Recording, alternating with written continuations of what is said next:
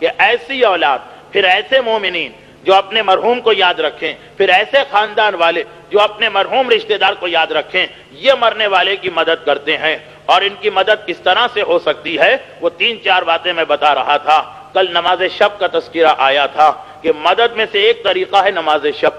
مدد میں وہ دوسرا طریقہ جو بہرحال ہمارے معاشرے میں رائج ہے، مستحب کے اعتبار سے، جریدتین یعنی کھجور یا بیری یا انار کے درخت کی 2 لکڑیاں مرنے والے کے کفن میں اس کے ساتھ رکھنا، جس کے بارے میں اصل روایت یہ ہے کہ پیغمبر اسلام ایک دن مدینے کے قبرستان سے گزر رہے ہیں، ایک قبر کے قریب پہنچ کے رک گئے، پیغمبر کے چہرے پہ غم کے آثار طاری ہوئے۔ لوگوں نے پوچھا اللہ کے رسول یہ کیا حالت اور کیفیت آپ کی ہو گئی، دوران سفر اس طرح سے چہرے کا رنگ کیوں بدل گیا؟ پیغمبر اسلام نے فرمایا اس لیے کہ یہ قبر کا مردہ جس کے قریب سے میں گزرا ہوں اس وقت انتہائی عذاب میں مبتلا ہے، اور اس نے مجھے آواز دے کے پکارا اللہ کے رسول میں آپ کا کلمہ پڑھنے والا ہوں، آپ میری شفاعت کریں۔ اسے پتا کیسے چلا کہ پیغمبر اس کے قریب سے آئے؟ اور وجوہات کے علاوہ ہو سکتا ہے کہ اس کی روح کو اتنی اجازت ملی ہو، اور وجوہات کے علاوہ سب سے بڑی وجہ یہی ہے کہ پیغمبر جس علاقے سے گزرتے ہیں اس پورے علاقے کا عذاب معاف ہو جاتا ہے اتنی دیر کے لیے۔ تو قبر کے مردے پہ عذاب رک گیا ہوگا، وہ حیران ہو کے پوچھ رہا ہوگا کہ میرا عذاب کیوں رکا ہے؟ تو جواب ملا ہوگا اس لیے کہ اللہ کے رسول کی سواری جا رہی ہے، شفیع المذنبین جا رہے ہیں، اتنی دیر تک کسی پہ عذاب نہیں آ سکتا۔ تو اس نے موقع کو غنیمت جانا، پیغمبر اسلام کو آواز دی۔ کتاب وسائل الشیعہ ہماری معتبر ترین کتابوں میں سے ایک کتاب، اس میں جو غسل اور کفن کے مسائل کے دوران شیخ حر عاملی نے جریدتین کے بارے میں روایتیں لکھی ہیں، اس میں یہ روایت موجود ہے کہ پیغمبر اسلام کو پکارا تو پیغمبر رک گئے، پیغمبر کے چہرے پہ غم کے آثار۔ ایک آدمی اپنے کلمے کے حوالے سے مجھے پکار رہا، قریب میں کھجور کا درخت لگا تھا، پیغمبر کے حکم سے ایک صحابی کھجور کے درخت پہ چڑھتے ہیں اور اس کی شاخ توڑ کے لاتے ہیں، پیغمبر اس کو 2 حصوں میں ڈیوائیڈ کرتے ہیں اور پھر اس کی قبر کے اوپر یہ دونوں شاخیں لگا دیتے ہیں اور آگے بڑھ جاتے ہیں۔ سوال کیا گیا اللہ کے رسول یہ آپ نے کیا عمل انجام دیا؟ کہا کہ جب تک کھجور کی یہ شاخیں سبز رہیں گی اتنے عرصے مرنے والا عذاب سے محفوظ رہے گا۔ اسی لیے یہ تو پیغمبر نے فرسٹ ٹائم یہ سنت ہمارے سامنے رکھی، اس کے بعد اسلام میں یہ طریقہ آ گیا کہ مرنے والے کے کفن میں، وہ 5ویں امام کی حدیث کہ مرنے والے کے کفن میں 2 تازہ درخت کی تازہ شاخیں مرنے والے کے کفن میں رکھو، جتنی دیر تک یہ تازہ رہتی ہیں اتنی دیر تک مرنے والا عذاب سے محفوظ رہتا ہے۔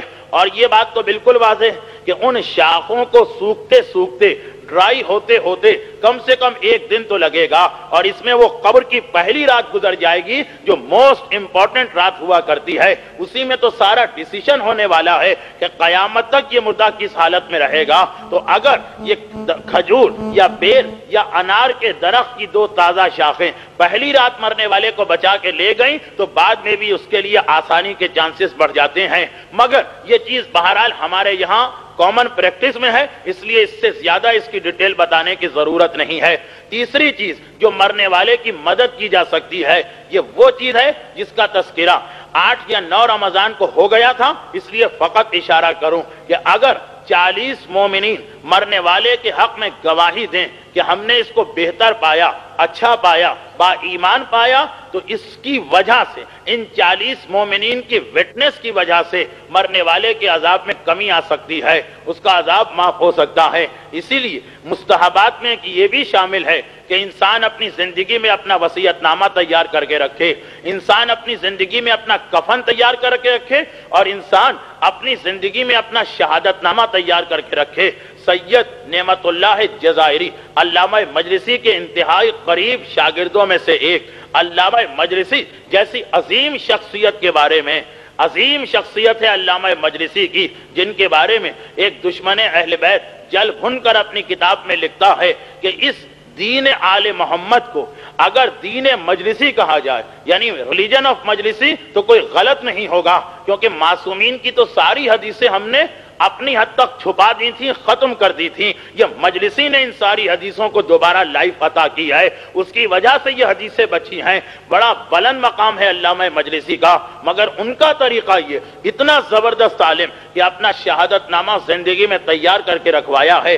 صاحبان ایمان سے گزارش کرتے ہیں کہ تم میرے شہادت نامے پہ گواہی دے کے جاؤ، اور مومنین لکھتے ہیں کہ لا ریب فی ایمان ہی، اور روایتوں میں مسلسل آیا کہ اس کے علاوہ بھی ہر مرنے والا جس کے حق میں 40 مومنین گواہی دے دیں اس کی بخشش اور نجات کے امکانات بہت زیادہ بڑھ جاتے ہیں۔ میں ضمنی طور پر ایک چھوٹی سی بات بتا دوں، آپ نے دیکھا ہوگا کہ ہر دوسری تیسری مجلس کے بعد ایک مجلس ایسی آتی ہے جس میں مسئلے فقہ کے مسئلے زیادہ ہو جاتے ہیں، کیونکہ میں نے محسوس کیا کہ اس کے بغیر بات کلیئر نہیں ہوتی۔ تو یہ جو گواہی یا ویٹنس ہم کو دینا ہے مرنے والے کے لیے، تو اس میں ایک تو یہ ہے کہ زندگی میں اپنا شہادت نامہ تیار کر کے رکھو، پھر دوسری چیز وہی کہ اسلام نے نماز جنازہ میں خود ایک ویٹنس کو ڈال دیا۔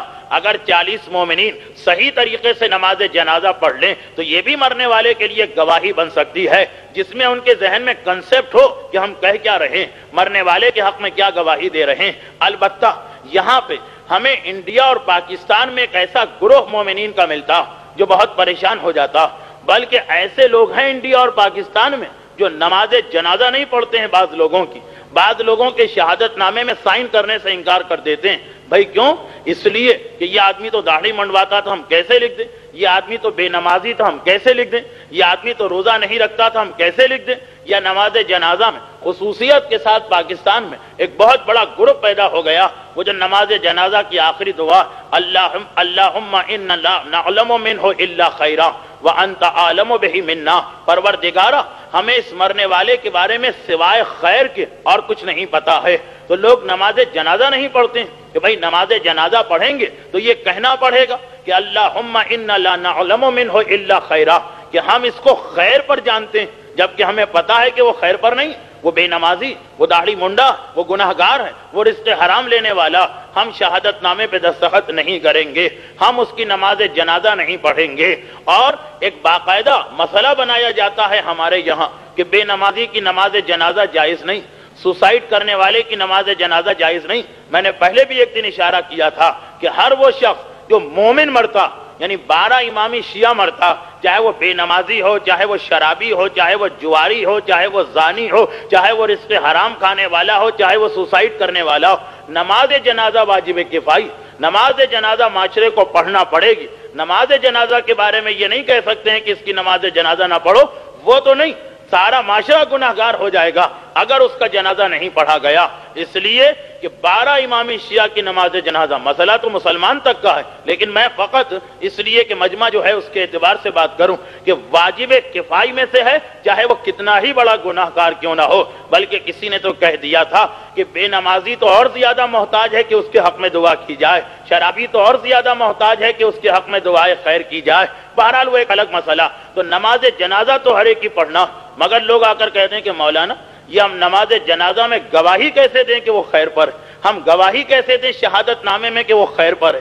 شہادت نامے میں داڑھی کی گواہی نہیں دی جاتی، شہادت نامے میں نماز کی گواہی نہیں دی جاتی، شہادت نامے میں رزق حلال و حرام کی گواہی نہیں دی جاتی، شہادت نامے میں بھی خیر کی گواہی دی جاتی ہے۔ تو اتفاق یہ کہ ایک کتاب میں مجھے یہی سوال مل گیا راوی کا، کہ راوی جا کر سوال کرتا ہے ہمارے 5ویں امام محمد باقر علیہ السلام سے۔ کتاب المواعظ العددیہ، اس میں ایک روایت آتی 40 کی عدد کے سلسلے میں کہ راوی سوال کرتا ہے کہ مولا ہم کیسے گواہی دیں ایک ایسے آدمی کے بارے میں جس کے بارے میں ہم کو معلوم ہے کہ وہ بے نمازی، ہم کیسے نماز جنازہ پڑھ کے کہیں اللہم انا لا نعلم منہ الا خیرا؟ اس جملے کا مطلب پھر ذہن میں رکھیے، پروردگارا ہمیں معلوم ہے، ہم گواہی دیتے ہیں کہ یہ خیر پر تھا، کیسے گواہی دے گناہگار کے بارے میں؟ تو معصوم نے اس کا جواب دیا، اور یہی جواب مراجع نے دیا، یعنی جب پوچھا گیا تو انہوں نے معصوم کی یہی حدیث کوٹ کی۔ معصوم نے کہا اس خیر سے تم کیا سمجھ رہے ہو؟ خیر کا مقصد ہے محبت اہل بیت اور عقیدہ امامت، تو یقیناً یہ گواہی تو دینا ہے، اس لیے کہ جو آدمی مومن نہیں، 12 امامی شیعہ نہیں، اس کی نماز جنازہ میں یہ دعا ہوتی ہی نہیں، وہ اس سے پہلے کی دعا پہ جنازہ مکمل ہو جاتا۔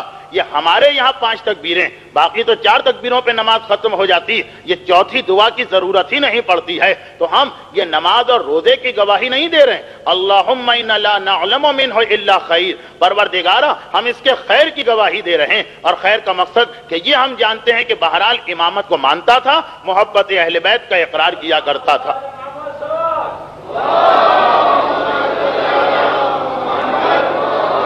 یہ شہادت نامے کا مسئلہ ہوا۔ اس کے بعد پھر وہ مشہور چیز جو ہمارے معاشرے میں الحمدللہ رائج ہو گئی کہ مرنے والے کی جو ایک بہترین مدد ہم کر سکتے ہیں وہ یہ ہے کہ اس کے لیے نماز وحشت پڑھنا۔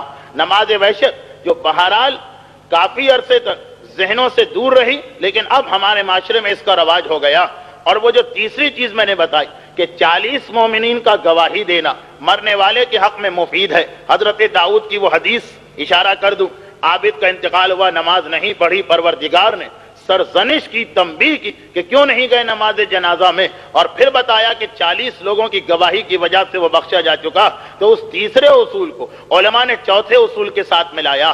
چوتھا اصول کیا ہے؟ یعنی چوتھی مدد کیا ہے؟ وہ فورتھ ہیلپ جو ہم مرنے والے کی کرتے ہیں وہ یہ ہے کہ اس کے لیے نماز وحشت پڑھیں۔ جو معصوم کی حدیث ہے کہ مرنے والا اپنی قبر میں پہلی رات سب سے زیادہ ان ایزی ہوتا ہے، سب سے زیادہ بے چین ہوتا ہے، سب سے زیادہ پریشان ہوتا ہے۔ میں تو اس مرنے والے کا تصور بعد میں کرتا ہوں۔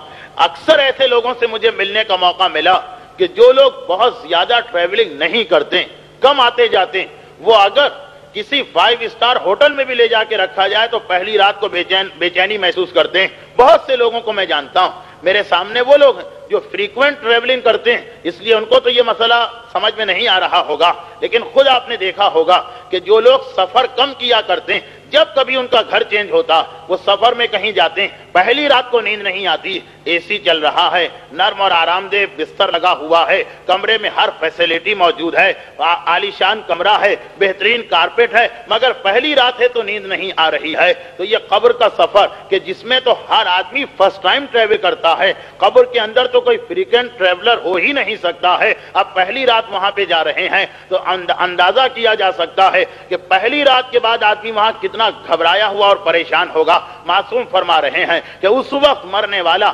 انتہائی وحشت کے عالم میں ہوتا ہے۔ اگر اس کے زندہ رشتہ دار اس رات کو اس کے لیے 2 رکعت نماز وحشت بھجوائے تو قبر کی پہلی رات اس کے لیے بڑے آرام سے گزرے گی۔ اور جیسا میں نے بار بار کہا کہ جس کے لیے قبر کی پہلی رات اچھی ہو گئی پھر اس کے بعد آگے کوئی پرابلم نہیں ہے، کیونکہ زیادہ تر قبر کی زندگی کا تعلق وہ پہلی رات پہ ہے کہ آئندہ کیا ہونے والا ہے یہ ڈیپینڈ کرتا ہے کہ اس کی پہلی رات قبر میں کیسے گزرتی ہے۔ تو اب نماز وحشت، اور پھر اگر 40 نماز وحشت پہنچائی جا سکیں تو کیا کہنا، اس میں دونوں باتیں جمع ہو رہی ہیں۔ 40 آدمی گواہی بھی دے رہے اس کے حق میں، 40 دعائیں بھی نکل رہی ہیں اس کے حق میں، اور نماز وحشت بھی ہو رہی ہے۔ یہاں تک بعض مراجع نے لکھا ہے کہ اگر 40 آدمی نہیں ملتے نماز وحشت کے لیے تو 10 آدمی مل جائیں، سب 4 نماز وحشت پڑھ لیں۔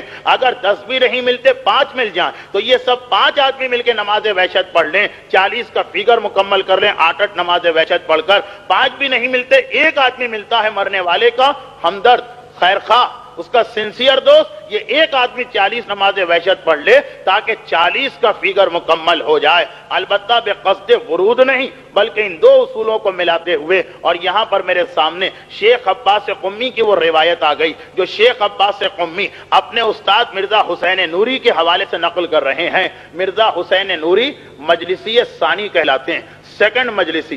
مرزا حسین نوری نے اپنی کتاب جنت الماوا میں اپنے استاد ملا فتح علی سلطان آبادی کی اس روایت کو کوٹ کیا۔ اب یہ 3 شخصیتیں جن میں ہم تک روایت پہنچی، شیخ عباس جن کی مفاتیح الجناح ہر اعمال کی رات میں آپ کے ہاتھ میں ہوتی، وہ اپنے استاد محترم سے اور ان کے استاد اپنے استاد سے نقل کر رہے ہیں، ملا فتح علی سلطان آبادی۔ وہ یہ کہتے ہیں کہ میری ایک عادت تھی، یہ میری ہیبٹ تھی کہ جب کبھی مجھے کسی مومن کے انتقال کی اطلاع ملتی تھی میں 2 رکعت نماز وحشت اس کے لیے پڑھ لیا کرتا تھا، دوستی ہو یا نہ ہو، رشتہ داری ہو نہ ہو، جان پہچان ہو یا نہ ہو، اس لیے کہ ایمان کا رشتہ سب سے بڑا رشتہ، اس پر ساری دنیاوی رشتہ داریاں قربان، اس پہ ساری دوستیاں قربان، اس پہ سارے کانٹیکٹس قربان۔ ایمان کا رشتہ ہے تو ٹھیک ہے، جہاں اطلاع ملی کہ کسی مومن کا انتقال ہوا اور میں نے اس کے لیے 2 رکعت نماز وحشت پڑھی۔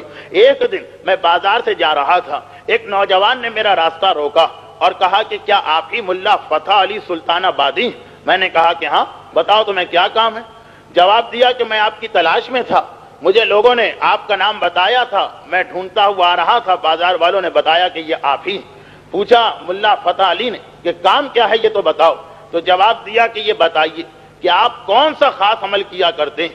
ملا فتح علی ایک مرتبہ حیران ہوئے، میں تو پتہ نہیں کتنی دعائیں اور کتنے وظیفے پڑھتا ہوں، اس سوال کا جواب کیا ہوگا؟ کون سا عمل تم پوچھنا چاہتے ہو؟ کہا کہ چند دن پہلے اسی شہر میں میرے بابا کا انتقال ہوا تھا، اور اب دیکھیے یہ نوجوان ایسا جو ملا فتح علی کو نہیں پہچانتا، چھوٹا سا شہر، اس کا اتنا بڑا عالم، اور یہ نوجوان نہیں جانتا، یعنی دوسرے الفاظ میں اس کی فیملی مذہب سے بہت دور ہے۔ تو اس کا والد بھی، اس کا باپ بھی ایسا ہی تھا، ایک جیسا عام سا مومن ہوا کرتا۔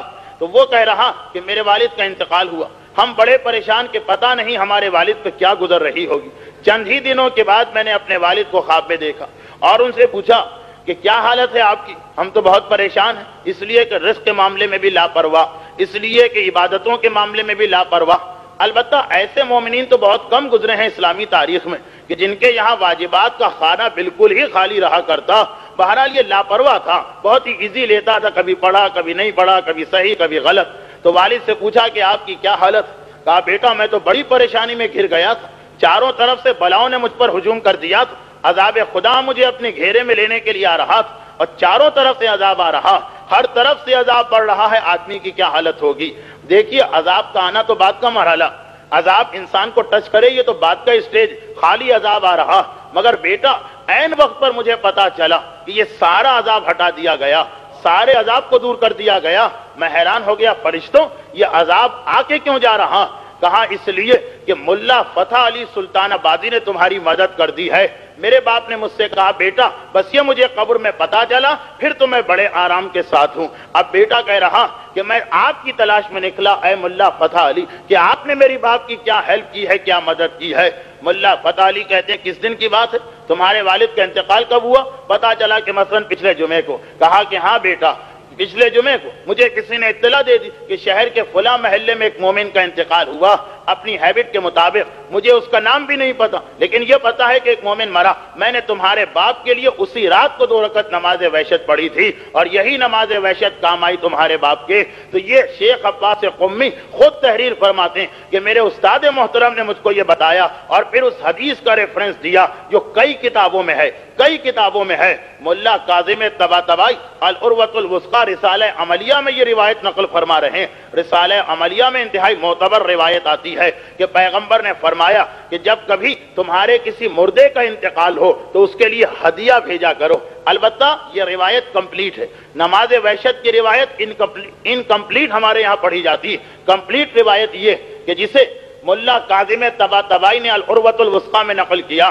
العروۃ الوثقی کون سی کتاب ہے؟ یہ وہ کتاب ہے کہ اس دن سے لے کر آج تک جتنے مراجع گزرے سب نے اس کتاب کے استناد کو تسلیم کیا، جہاں جہاں اختلاف ہے وہاں اپنا فتویٰ شامل کیا، ورنہ اس روایت کے اوپر، اس روایت پر آغائے حسین بروجردی بھی تصدیق فرما رہے ہیں، آغائے محسن الحکیم طباطبائی بھی تصدیق فرما رہے ہیں، آغائے ابوالقاسم خوئی بھی تصدیق فرما رہے ہیں، رہبر انقلاب بھی تصدیق فرما رہے ہیں کہ پیغمبر اسلام فرماتے ہیں کہ جس رات کو تمہارے مردے اپنی قبر میں جائیں تو ان کے لیے ہدیہ بھیجو، ان کے لیے چراغ بھیجو۔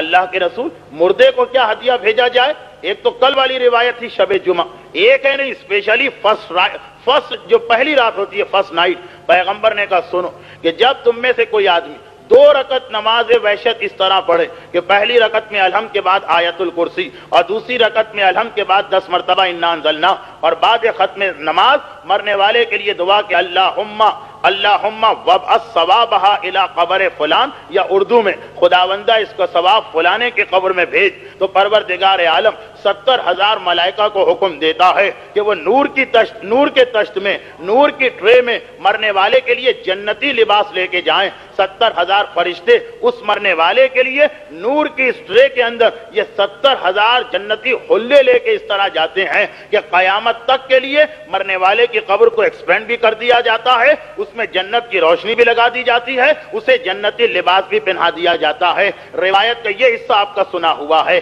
لیکن جیسا کہ میں نے کہا کہ یہ انکمپلیٹ روایت ہے۔ اب اس میں پہلے ایک جملہ اور ہے جو میں نے جان بوجھ کے چھوڑ دیا۔ اصل حدیث کیا ہے کہ پیغمبر نے جب یہ پوچھا پیغمبر سے کہ کیا ہدیہ بھیجیں، تو پہلا جملہ پیغمبر کا یہ کہ اپنے مرنے والے کے لیے صدقہ کرو، جب صدقہ کرو گے تو یہ ملے گا۔ پھر راوی نے پوچھا تھا اللہ کے رسول اگر صدقے کی گنجائش نہ ہو؟ ایسا بھی نہیں ہے کہ اسلام میں ساری فیسلٹیز مالدار اور پیسے والوں کو ہیں، اگر صدقے کی گنجائش نہ ہو پھر پیغمبر نے کہا کہ یہ 2 رکعت نماز پڑھ لو۔ چنانچہ ان 2 روایتوں کو نقل کرنے کے بعد آغائے ابوالقاسم خوئی تحریر فرماتے ہیں کہ بہتر یہ ہے کہ مرنے، اس روایت میں چونکہ دو باتیں آئیں کہ مرنے والے کو جب دفن کیا جائے تو اس رات ان دونوں باتوں پہ عمل کیا جائے، نماز وحشت تو پڑھی جائے مگر ساتھ ساتھ مرنے والے کے لیے صدقہ بھی دیا جائے تاکہ دونوں باتیں جمع ہو جائیں اور ڈبل ہیلپ مل جائے مرنے والے کی۔ تو مرنے والے کے لیے صدقہ دینا یہ پانچویں چیز ہو گئی۔ تیسری چیز 40 آدمی گواہی دیں، چوتھی چیز نماز وحشت پڑھی جائے، اور پانچویں چیز یہ کہ صدقہ ضرور دیا جائے۔ بلکہ اسی روایت پر آیت اللہ نجفی مرعشی نے یہ تحریر فرمایا کہ بلکہ صدقہ پہلے دینا ہے، نماز وحشت بعد میں پڑھنا ہے، کیونکہ پیغمبر کی ترتیب یہی ہے کہ پہلا سوال پیغمبر کہہ رہے ہیں ہدیہ دو، اللہ کے رسول کیسے دیں؟ کہا صدقہ دو، اگر صدقہ نہ ہو تو نماز وحشت پڑھو۔ تو اس لیے ان دونوں چیزوں پر برابر سے عمل کیا جائے۔ اب جیسا کہ میں نے پہلے بھی کہا تھا کہ مرنے والا مرتا، لوگوں کو بڑا دکھ ہوتا ہے، بڑا غم ہوتا ہے، بڑا صدمہ ہوتا ہے، کھانا نہیں کھاتے رشتہ دار، بے ہوش ہو جاتے ہیں، اس کی بیوی دیوار سے سر ٹکرا کے اپنے آپ کو زخمی کر لیتی ہے، مگر کچھ مرنے والے کا بھی خیال کریں، اور مرنے والے کا خیال اگر کر رہے ہیں تو یہی چیزیں ہیں کہ اسی رات کو صدقہ دیں۔ ایک دن کے بعد آپ دیں گے فائدہ ملے گا، مگر وہ فائدہ تو نہیں مل سکتا کہ جو فرسٹ نائٹ تقاضا کر رہی۔ مرنے والے کے لیے نماز وحشت پڑھی جائے، مرنے والے کے واجبات اور مرنے والے کے خمس و زکوٰۃ کے مسئلے کو طے کیا جائے، تو مرنے والے کے وارثوں کو بڑا غم ہوتا ہے مرنے والے کا، کیسا ہی ہو مرنے والا، حتیٰ یہ کہ اولاد کے حق میں ظالم ہی کیوں نہ ہو، بہرحال ایک رشتہ تو ہے، ایک محبت تو ہے، احساس تو ہوتا کہ ہمارے سر سے باپ کا سایہ اٹھ رہا، غم و علم تو ہر ایک کو ہوتا، مگر صرف اپنا خیال نہ کریں بلکہ مرنے والے کا بھی خیال کریں، اور مرنے والے کی جتنی مدد، جتنی ہیلپ پاسبل ہے وہ اس پہلی رات سے شروع کر دی جائے، تاکہ اس رات سے قیامت تک پھر مرنے والے کے پرابلمز یا بالکل ختم ہو جائیں یا منیمم سے منیمم رہ جائیں۔